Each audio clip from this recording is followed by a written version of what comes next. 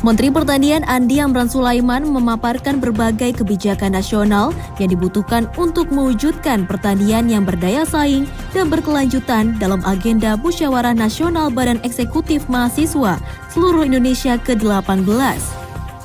Agenda ini dihadiri oleh 300 peserta BEM dari 150 kampus di seluruh Indonesia dan mahasiswa Institut Pertanian Bogor University di Auditorium Andi Hakim Nasution, Kampus IPB Dramaga, Selasa 24 Juni 2025. Mentan Amran menegaskan bahwa para pemuda saat ini, generasi milenial, merupakan masa depan bangsa yang perlu dijaga dan senantiasa diberikan edukasi agar mampu mencapai kesejahteraan bangsa ke depannya. Ini adik-adik kita, ini generasi milenial, generasi muda kita, generasi Z. Kita harus menyampaikan berapa program-program pemerintah, khususnya hilirisasi, swasembada, biofuel dan seterusnya. Ini kita harus jaga. Beliau-beliau ini, anak-anak kita ini akan menggantikan kita nanti. Mereka adalah masa depan bangsa. Harus kita jaga.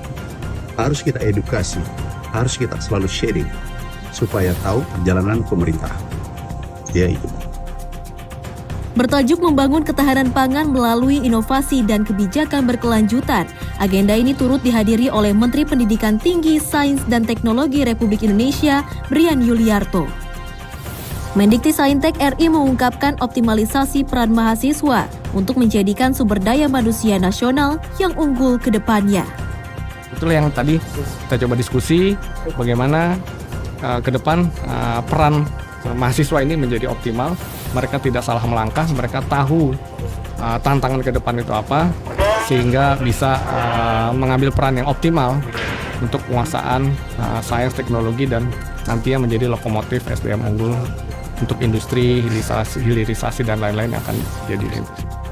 Tak hanya Mendikti-Saintek, Arif Satria selaku Rektor IPB University turut menegaskan 2 poin penting yang harus menjadi pegangan para mahasiswa di era revolusi industri 5.0.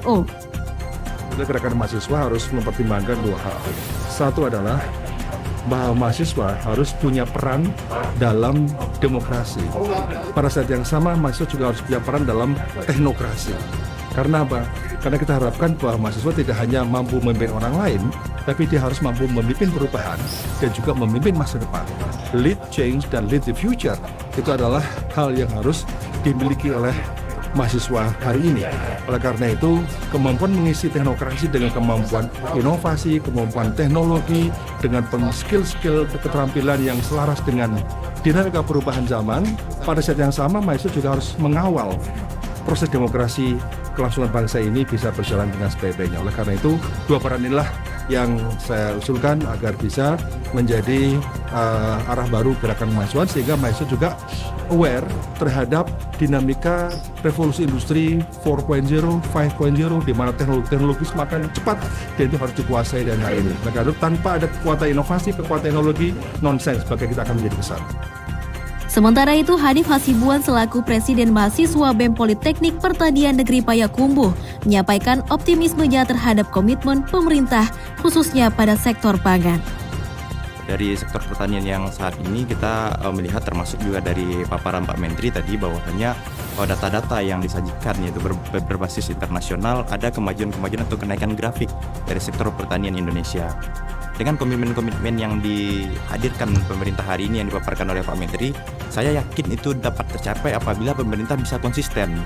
Baik, karena kebijakan ini saya menilai kebijakan tidak bisa sesaat. Otomatis ketika pemerintah dapat konsisten berkelanjutan, maka suatu saat kita yakini bahwa Indonesia ini akan mandiri, pangan mandiri di bidang pertanian.